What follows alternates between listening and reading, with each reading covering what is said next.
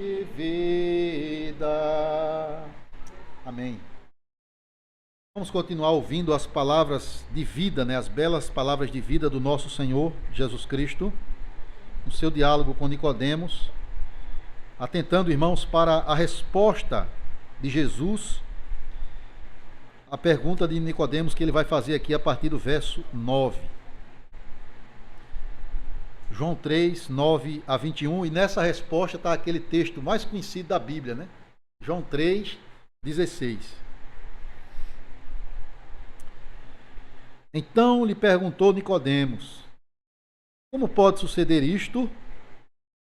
Acudiu Jesus: tu és mestre em Israel e não compreendes estas coisas? Em verdade te digo que nós dizemos o que sabemos e testificamos o que temos visto. Contudo, não aceitais o nosso testemunho. Se tratando das coisas terrenas, não me credes. Como crereis se vos falar das celestiais? Ora, ninguém subiu ao céu, senão aquele que de lá desceu, a saber, o Filho do Homem, que está no céu. E do modo por que Moisés levantou a serpente no deserto, assim importa que o Filho do Homem seja levantado, para que todo que nele crê tenha a vida eterna. Porque Deus amou ao mundo de tal maneira que deu o seu Filho unigênito, para que todo que nele crê não pereça, mas tenha a vida eterna. Porquanto Deus enviou o seu Filho ao mundo, não para que julgasse o mundo, mas para que o mundo fosse salvo por ele. Quem nele crê não é julgado. O que não crê já está julgado, porquanto não crê no nome do unigênito Filho de Deus. O julgamento é este: que a luz veio ao mundo, e os homens amaram mais as trevas do que a luz, porque as suas obras eram mais. Pois todo aquele que pratica o mal aborrece a luz, e não se chega para a luz, a fim de não serem arguidas as suas obras. Quem pratica a verdade aproxima-se da luz, a fim de que as suas obras sejam manifestas, porque feitas em Deus. Amém.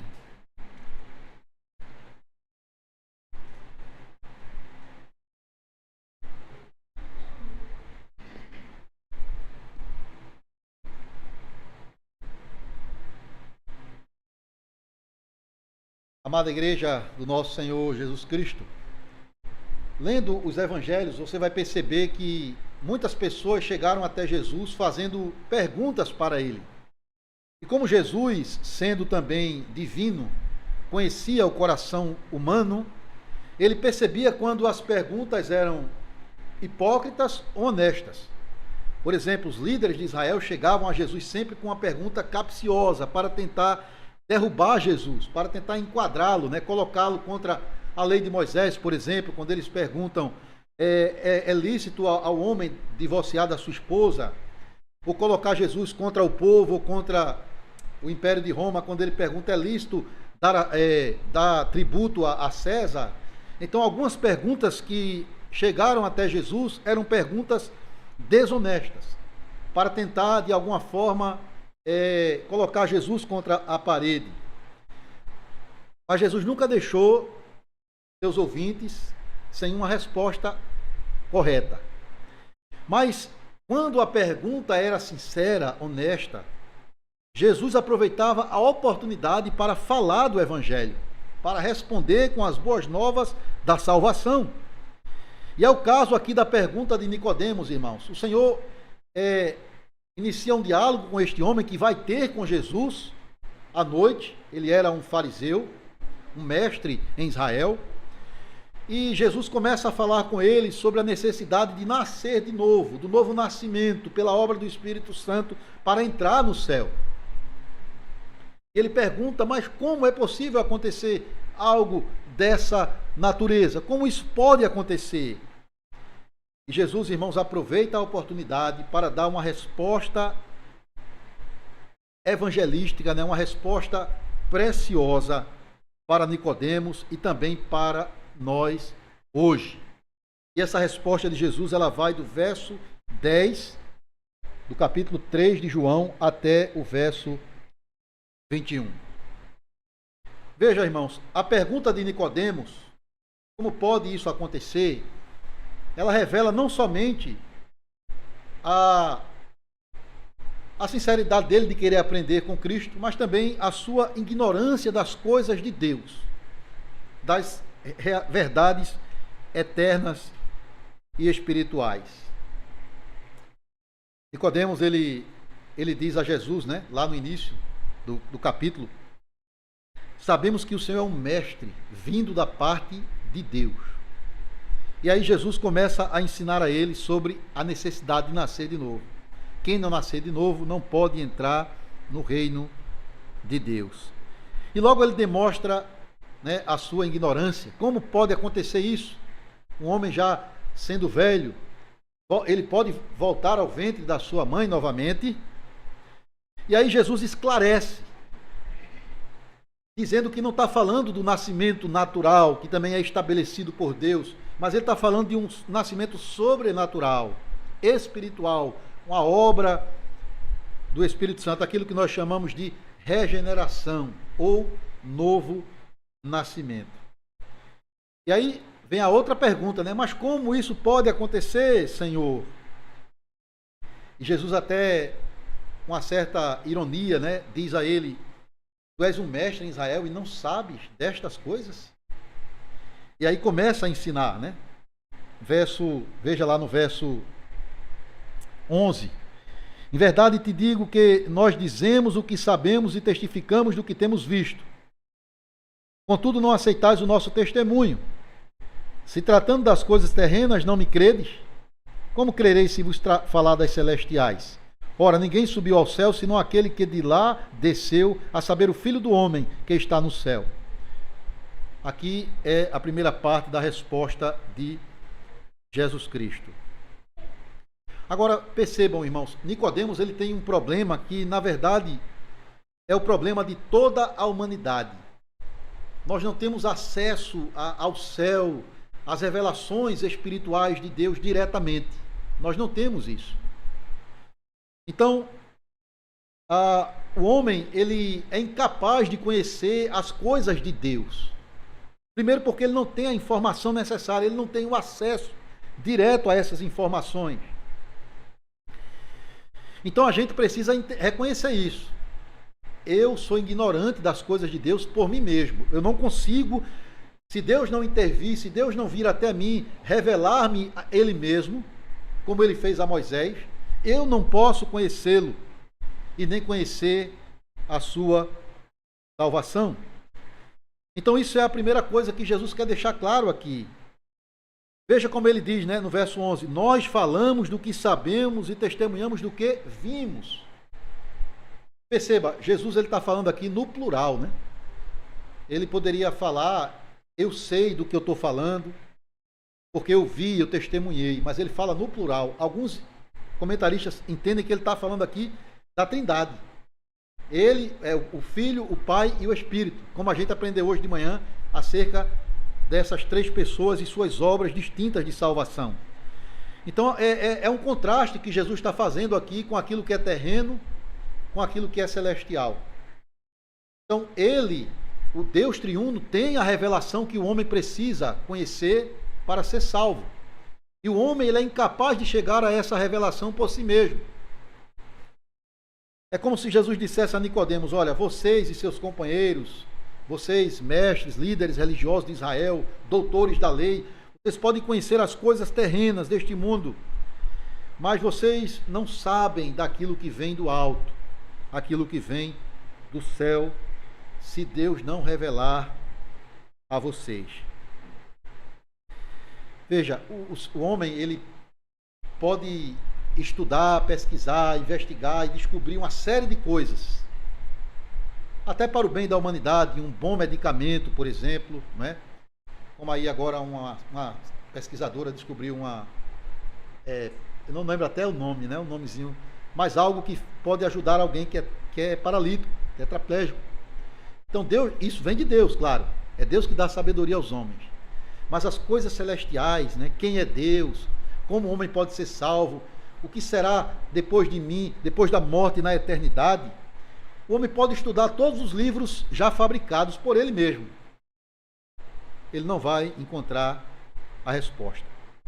Somente Deus pode revelar as verdades eternas para o homem limitado em sua mente, né? Em sua mente.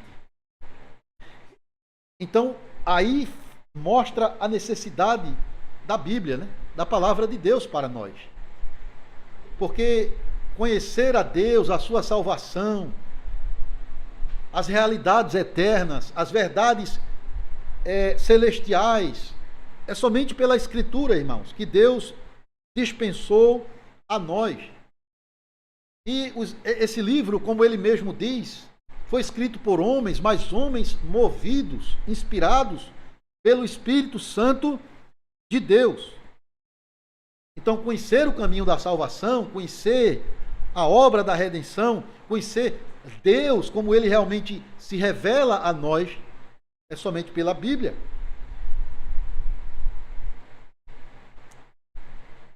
Agora, Nicodemos tinha a Bíblia do Antigo Testamento. Ele era um doutor da lei, um conhecedor do Antigo Testamento. Mas ele estava ainda com os seus olhos e o seu coração fechados para as realidades eternas de Deus. Ele podia conhecer a letra, mas ele não conhecia a interpretação correta da Escritura, a obra da salvação que Cristo veio trazer. Ainda ele não conhecia isso. Por isso a ironia de Jesus: tu és um doutor e não conheces estas coisas? Veja, Jesus não está falando de uma coisa tão nova assim. Ele pode até ter usado definições diferentes, mas ele está falando do que Ezequiel já falou. Qual é uma das promessas da aliança? Dar-vos-ei o quê? Um novo coração, coração novo. É a regeneração. É a obra do Espírito. Eu porei o meu Espírito dentro de vós. Mas ele não tinha ainda a noção, irmãos, porque o homem é incapaz de compreender as coisas de Deus por si mesmo. Veja, mesmo que ele tenha acesso à Bíblia, ele ainda precisa da iluminação do Espírito Santo.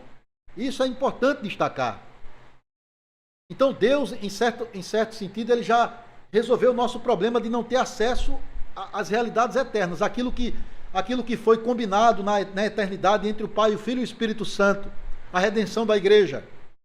A gente não tem acesso, como Jesus falou aqui, mas ele teve. Ele é o Filho que veio do Pai. Ele não era mais um mestre qualquer em Israel. Ele não era apenas o filho de um carpinteiro de Nazaré. Ele era o Filho encarnado, o Filho de Deus, que contemplou as realidades eternas, que foi prometido ainda no céu para trazer salvação. Então ele sabia do que estava falando. Mas Nicodemos não chegou a essa compreensão, que só é possível pelo Espírito, mesmo que ele conhecesse a Bíblia. Então você vai perceber que João, muitas vezes, João fala isso, né? E algumas pessoas que chegavam até Jesus, e Jesus ensinava até às vezes por meio de figuras sobre as realidades eternas, e as pessoas ficavam meio sem saber o que ele estava falando. Quando ele diz à mulher do poço, né, de Samaria, eu tenho uma água que se eu der a você, você nunca mais terá sede, a água da vida. Está falando da salvação que ele vai trazer, do Espírito que ele vai derramar. Mas ela achou que ele estava falando ainda de H2O, da água mesmo. Quando ele diz: quem não comer da minha carne, eu sou o pão da vida. Quem não comer deste pão, quem não comer da minha carne, não pode ser salvo. E as pessoas ficavam: como é que a gente vai comer da tua carne? Porque ainda não tinham chegado à realidade, à compreensão. E Nicodemos está nesse estágio ainda, de ignorância. Senhor, como pode isso acontecer? Ou seja, a Bíblia é importante para nós, mas para entender e crer, nós precisamos da iluminação do Espírito Santo de Deus. Talvez você já tenha dado uma Bíblia de presente a alguma pessoa, algum parente. Ou talvez já tenha ouvido de alguém assim: eu não consigo entender o que está. Eu leio, mas eu já ouvi isso várias vezes, de parentes meus, de pessoas. eu leio, mas eu não entendo. Não vai entender se não tiver a direção do Espírito. Por isso que quando você der uma Bíblia de presente, você não diga apenas àquela pessoa, leia a Bíblia, mas diga, olha, antes de ler essa palavra, faça uma oração, peça que o Espírito Santo, que é o autor principal desse livro, guie você ao entendimento, oriente você, e até quando você mesmo, como cristão, quando vai ler a Escritura, leia em espírito de oração, pedindo a direção e a iluminação do Espírito de Deus. Se até Nicodemos não sabia, que conhecia todo o Antigo Testamento, que era a Bíblia da época, nós também precisamos disso, de entender o que é que a Bíblia nos ensina. Mas um outro problema ainda maior é a incredulidade do coração humano, é não aceitar as verdades de Deus reveladas. Porque o que é que Jesus fala no verso 11? Não aceitais o nosso testemunho. Nós temos testificado, nós temos proclamado o Evangelho, mas vocês não aceitam o nosso testemunho. Veja, ele já tinha dito lá atrás, né? Eu vim para os meus, mas os meus não me receberam. Jesus veio para o que era seu e os seus não o receberam, por causa da incredulidade. Ele vai dizer mais abaixo aqui, né? Os homens amaram mais as trevas do que a luz. Ele veio como a luz do mundo, mas os homens amaram mais as trevas do que a luz, porque as suas obras eram mais. Então ainda tem esse problema maior do coração. Todo ser humano tem um problema sério de coração. É um coração duro, incrédulo às verdades de Deus. E veja, Nicodemos, irmãos, ele é quebrantado aqui, ele é confrontado, na verdade, contrariado. Porque quando Jesus fala, importa-vos nascer de novo, ele está dizendo, tu tens um coração de pedra. Por natureza tu és incrédulo. Por natureza tu não aceitas o testemunho de Deus. Então você precisa nascer de novo. Então, o Evangelho, a pregação, a primeira parte dela é dizer que o homem é pecador. E nenhum ser humano gosta de ouvir isso. Gosta de tapinha nas costas. Você és uma pessoa maravilhosa, é gente boa. Mas dizer que você é pecador, depravado, corrompido, com a mente, dizer a uma pessoa esclarecida, né, intelectualmente, que ela é ignorante para as coisas de Deus, contraria. Mas essa é a realidade, não só de Nicodemos, mas da humanidade de um modo geral. Quando Paulo fala da nossa condição antes de crer, de ser convertido em Efésios, ele diz que nós éramos alheios à vida com Deus e obscurecidos no entendimento. Obscurecidos no entendimento, ignorantes às verdades eternas. Daí a necessidade da palavra e da direção e iluminação do Espírito. Porque Paulo diz, o homem natural não aceita as coisas de Deus. Não tem o discernimento espiritual. Ele precisa do Espírito, do ministério iluminador, do Espírito Santo de Deus. E aí Jesus vai responder a Nicodemos, como é que pode acontecer o novo nascimento. De onde, claro, ele já tinha dado uma parte da resposta, né? Que é uma obra do Espírito Santo. Nascer do Espírito. Mas ele vai ampliar aí essa resposta, apontando também para a obra do Pai e a obra do Filho, em conexão com a obra regeneradora do Espírito Santo.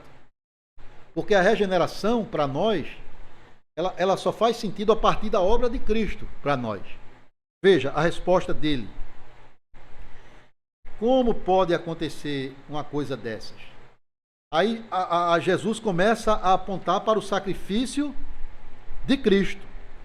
Depois de repreender a ignorância, de revelar a ignorância e confrontar a ignorância de Nicodemos, o Senhor vai apontar para a necessidade do sacrifício de Cristo, para que possamos receber o novo nascimento. Ele diz, né, no verso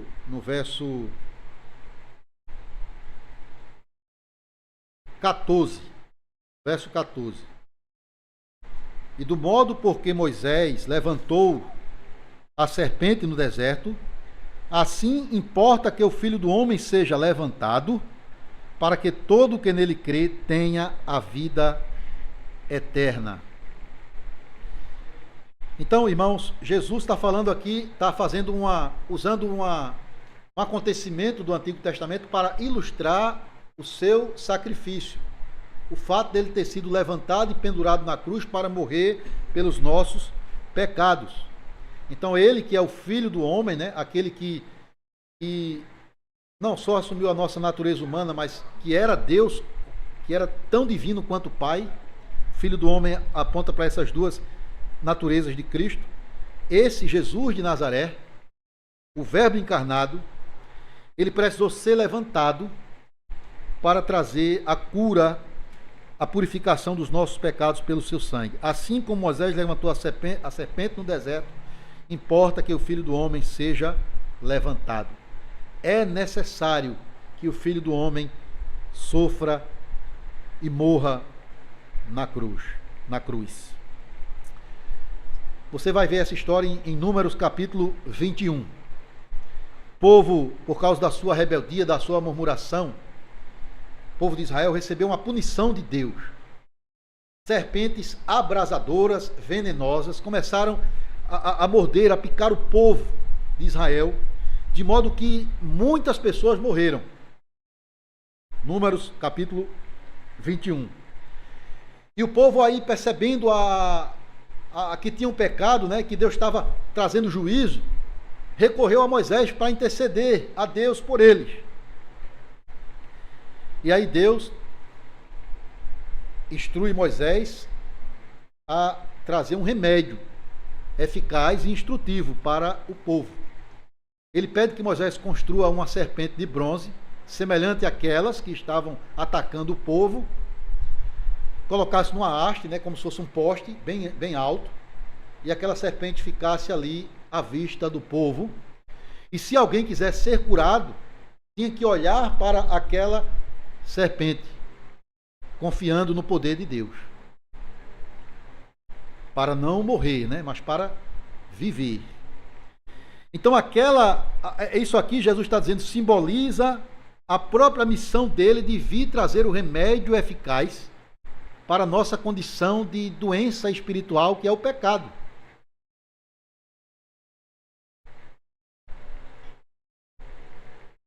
Nós recebemos um veneno mortal, chamado pecado. E nós precisamos, irmãos, que Jesus resolva esse problema. E como ele pode resolver isso? Sendo pendurado, levantado na cruz para morrer pelo pecado dos homens. Então a fé salvadora, ela não vem pela boa obra do homem. Ela não vem pelo que você pode fazer para Deus, mas ela vem pelo que Deus fez por nós em Cristo. Como? Trazendo Jesus para morrer. E aquele que olhar para o Filho do homem com fé e crer que aquele sangue derramado na cruz pode purificar do seu pecado, será salvo, será remido, receberá vida eterna. Veja, aquelas pessoas, muitas delas, que olharam com fé, elas talvez receberam apenas a cura física, porque alguns depois até continuam blasfemando, murmurando. Nem todos realmente creram de verdade. Você vê que muitos morreram no deserto. Hebreus fala isso, muitos cadáveres ficaram no deserto.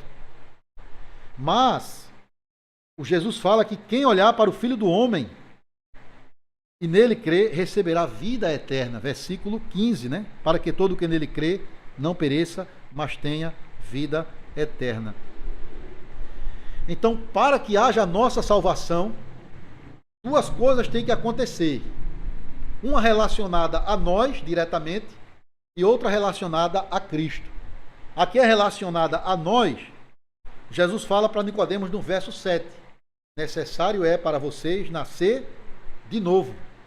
Mas é necessário também que o Filho do homem seja levantado, crucificado por nós.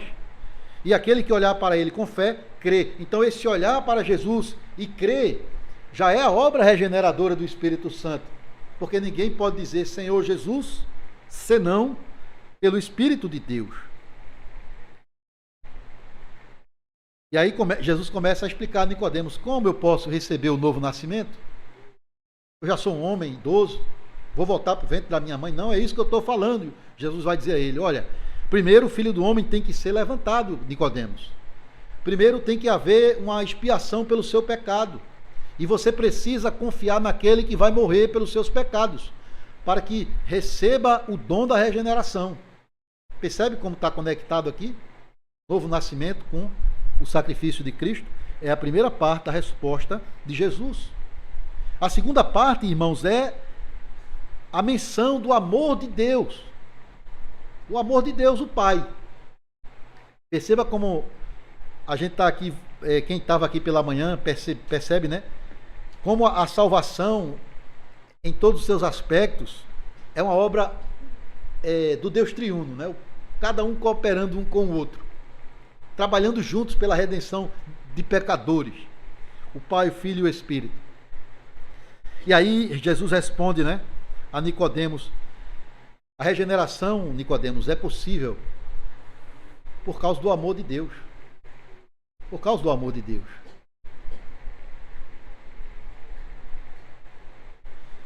João 3,16, geralmente é um texto usado isoladamente, né? Você pode pregar esse versículo isoladamente. É o versículo talvez mais pregado na história da igreja.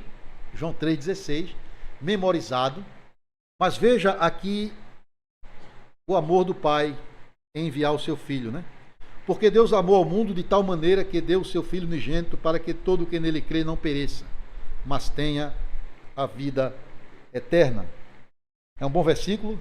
Talvez eu ou o presbítero Marcel pode usar num próximo trabalho de evangelismo, né? Esse texto aqui é maravilhoso. Mas veja a grandeza do amor de Deus aqui, irmãos. Deus amou ao mundo, a pecadores deste mundo, de todas as épocas, de todas as gerações e de todas as nações. Esse amor aqui é um amor ágape, incondicional, sacrificial. Porque veja, Deus está amando um mundo marcado, dominado pelo pecado. Deus está amando pessoas que viraram as costas para Ele e que começaram depois da queda, a odiar a Deus e a odiar uns aos outros. Deus está amando aqueles que não são dignos desse amor.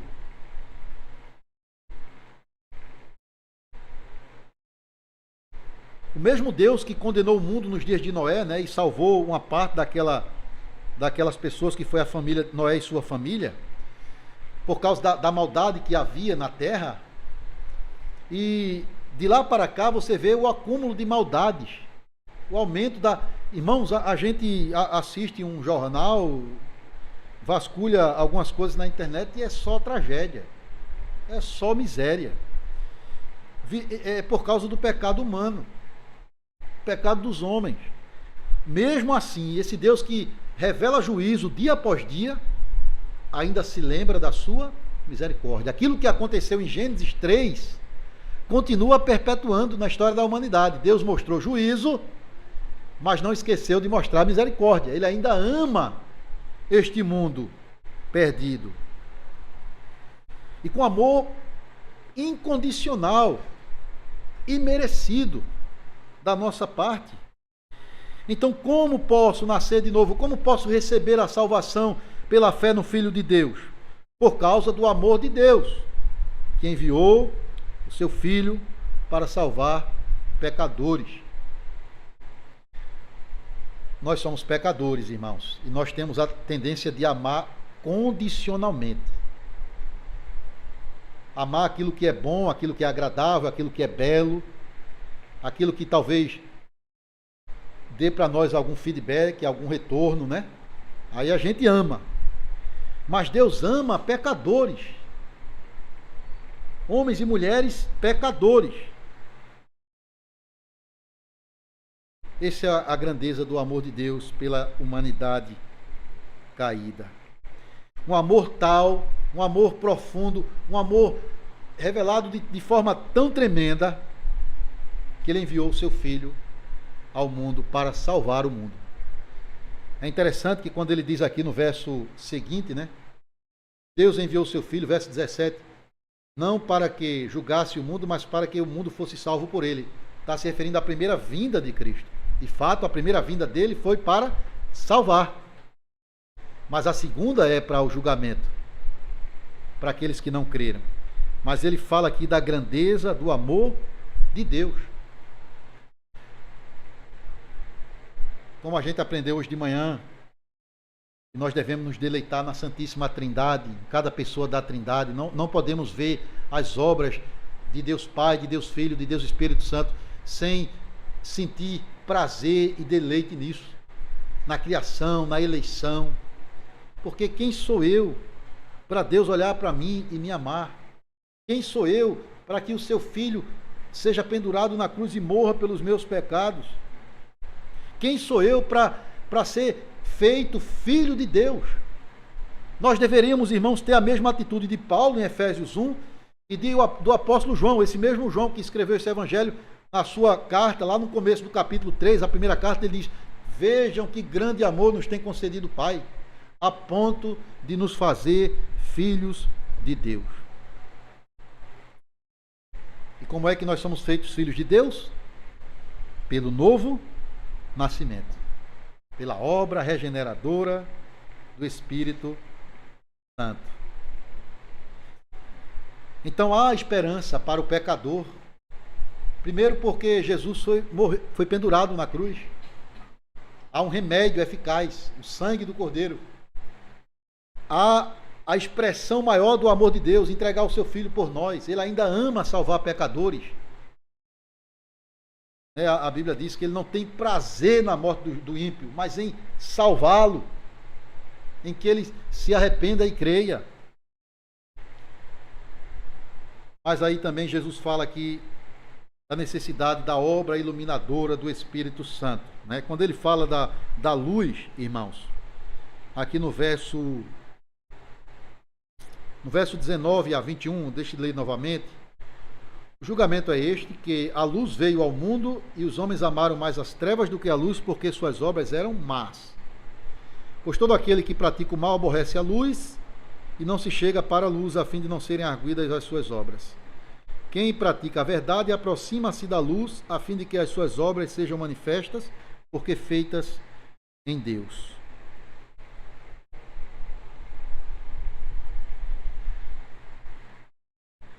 Primeiro apareceu Jesus, a luz do mundo, que vinda ao mundo ilumina todo homem, que aponta o caminho da vida. E Jesus, ele se foi, e agora ele, através da igreja, manifesta o evangelho ao mundo. E é necessário agora a obra iluminadora do Espírito Santo por meio da palavra. Por meio da palavra de Deus, para guiar o pecador a toda verdade. Então, irmãos, o homem ele é incrédulo. A luz veio, mas eles amam as trevas. A luz do Evangelho está sendo proclamada, mas o homem continua incrédulo. Então, é preciso que o Espírito Santo opere no coração deste homem para que ele encontre vida nova em Cristo. O sacrifício do Filho, o amor de Deus e a iluminação do Espírito por meio da palavra de Deus. É o que o homem precisa para ser salvo. Ele pode ser o homem mais sábio deste mundo, conhecer uma série de coisas, mas se ele não tem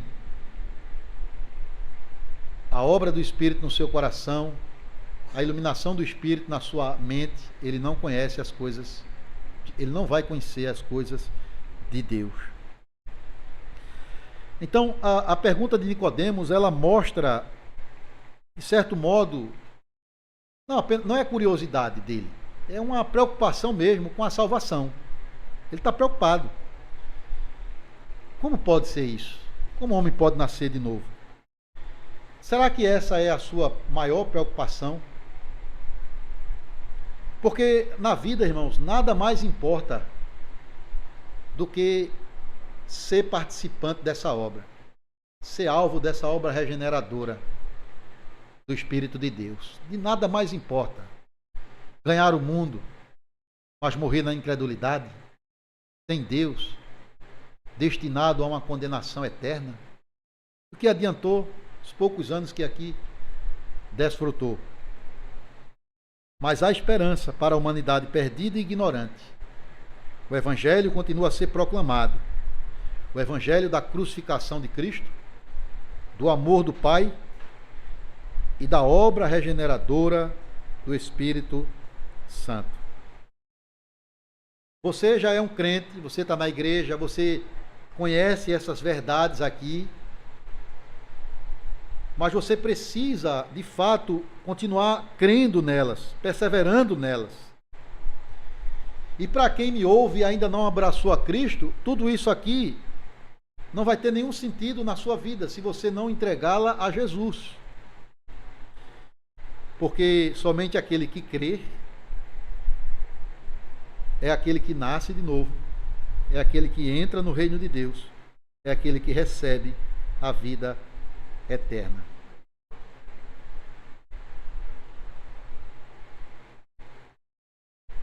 Olhe para Nicodemos. Provavelmente ele ainda não tinha sido regenerado, irmãos, nesse primeiro encontro com Jesus. Mas ele estava buscando. E veja que ele foi impactado. Quem não é impactado em encontrar o Senhor e estar com Ele? No capítulo 7 de João, ele vai defender Jesus diante dos seus colegas lá do conselho dos fariseus, né, o Sinédrio. Ele vai defender Jesus. Mas ele ainda está buscando ao Senhor. Mas vai chegar o dia que esse homem, irmãos, vai passar por uma transformação radical na vida dele. Aquilo que Jesus ensinou vai fazer sentido na vida dele. E você vai ver isso lá na frente, no final do Evangelho. Quando Jesus morreu naquela cruz, tinha algumas testemunhas. E uma delas foi Nicodemos. Ele estava lá, presente. E com certeza, irmãos, quando ele vê o Senhor ali pendurado, morrendo no madeiro, no meio de dois criminosos, e olha para ele, ele lembra da palavra de Jesus lá no início. Filho do homem precisa ser levantado, para que todo aquele que nele crê tenha a vida eterna. Ao olhar para o Cristo crucificado, pendurado no madeiro, ele é conduzido à fé. Naquele dia não somente o ladrão que se arrependeu foi salvo.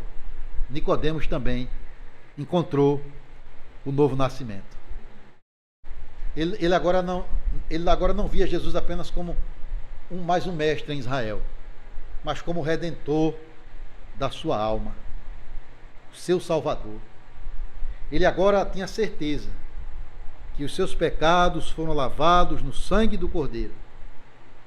Ele sabia que assim como aquelas pessoas dos dias de Moisés foram purificadas e libertas da doença causada pelas serpentes, ele foi liberto da doença causada pelo pecado no seu coração. Ele nasceu de novo pelo Espírito Santo. Como é que a gente pode afirmar isso com tanta certeza? Veja lá João 19, versículo 38 e 39. O que é que ele faz logo depois da morte de Cristo? João 19, 38 a 39. Dois versículos. João 19, 38 a 39. Depois disto, José de Arimateia, que era discípulo de Jesus, ainda que ocultamente pelo receio que tinha dos judeus, rogou a Pilatos que ele permitisse retirar o corpo de Jesus. Pilatos o permitiu. Então foi José de Arimateia e retirou o corpo de Jesus.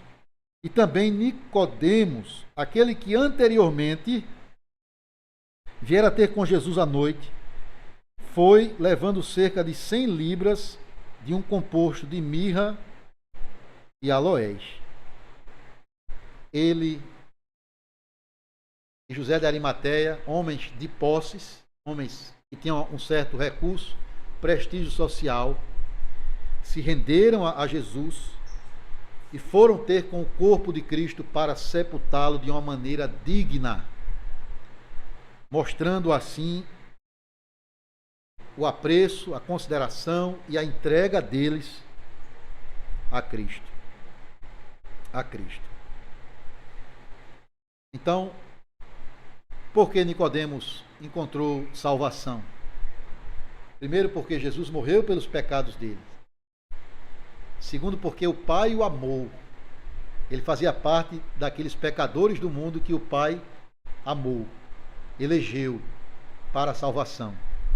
E terceiro, irmãos, porque o Espírito Santo iluminou a mente e o coração dele para crer e entender as verdades que Jesus lhe ensinou. Então, se você tem a esperança, o desejo, você que pela graça já se encontra entre os santificados do Senhor, mas deseja que um parente, um amigo, também encontre essa salvação, você precisa orar por ele. Claro, você pode dar uma Bíblia de presente, incentivá-lo a lê-la, compartilhar uma pregação, mas precisa orar para que o Espírito ilumine a mente e o coração do seu querido, amado, que você deseja ver remido. E além disso, irmãos, como igreja não cabe a nós modificar o método estabelecido por Deus, que é a pregação. A fé vem pelo ouvir a palavra de Deus. Então a gente não precisa, irmãos, fazer coisas novas no culto, teatros, algo chamativo, um filme. Prega o Evangelho, porque o Evangelho é o poder de Deus para a salvação de todo aquele que crê. Então nós temos que crer que a mensagem da cruz, ela nas mãos do Espírito, é aquilo que é necessário, é aquilo que é suficiente para fazer de um coração de pedra um coração de carne. Que possamos manter essa boa prática e valorizar a pregação, a loucura da pregação, né? Para muitos é loucura, mas para Deus é sabedoria, poder, porque o Espírito opera por meio da palavra pregada fielmente. Que Deus nos abençoe e que durante o culto você esteja sempre em espírito de oração durante a semana, orando pela pregação do Evangelho no culto, para que o Senhor opere naqueles que necessitam de salvação. Que Deus nos abençoe, que a sua palavra habite ricamente no nosso coração. Amém. Vamos orar. Bendito Deus e Pai, nós te agradecemos por essa palavra. Palavra que é poderosa para salvar a nossa alma. Palavra que nas mãos do Espírito é uma semente incorruptível, usada para trazer regeneração ao mais duro coração. Nós estamos aqui, Senhor, conhecemos as tuas verdades, conhecemos o teu amor, a obra de Cristo, porque o Espírito Santo nos iluminou. Que esse Espírito opere também naqueles que ainda não te conhecem, naqueles que talvez ouviram essa mensagem, mas ainda mantêm um coração fechado, endurecido. Aqueles que até mostram algum interesse abrindo a tua palavra, mas não compreendem nada. Ó Deus, opera, trabalha, ilumina, Senhor. Promove um novo nascimento, gera a fé, o conhecimento na vida destes, para que tenham a mesma alegria que nós temos, conhecer o Senhor, a sua salvação. Ó Pai, muito obrigado pelo culto, pela igreja, pelos irmãos, e que possamos, Senhor, manter acesa a chama da verdadeira pregação, pregação solene do púlpito, mas também possamos nós compartilhar as boas novas de Cristo em nossas conversas diárias da semana, em nossos relacionamentos, para que outros também encontrem essa bendita salvação e participem dela, assim como nós, como Nicodemos, como tantos homens e mulheres do passado e do presente. Ó Deus, muito obrigado. Fica com a tua igreja, abençoa a semana que temos, os trabalhos que temos que fazer, os nossos casamentos, a criação dos nossos filhos, a nossa vida devocional, espiritual, que seja deleitosa em Ti somente.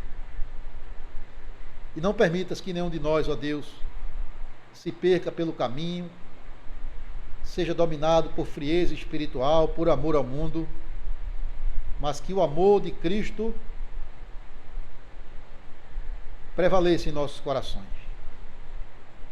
Muito obrigado pela tua igreja, pelo dia do Senhor. Enche-nos do teu Espírito e guia-nos, ó Pai, com a tua boa e santa verdade. Em nome de Jesus, amém. Amém.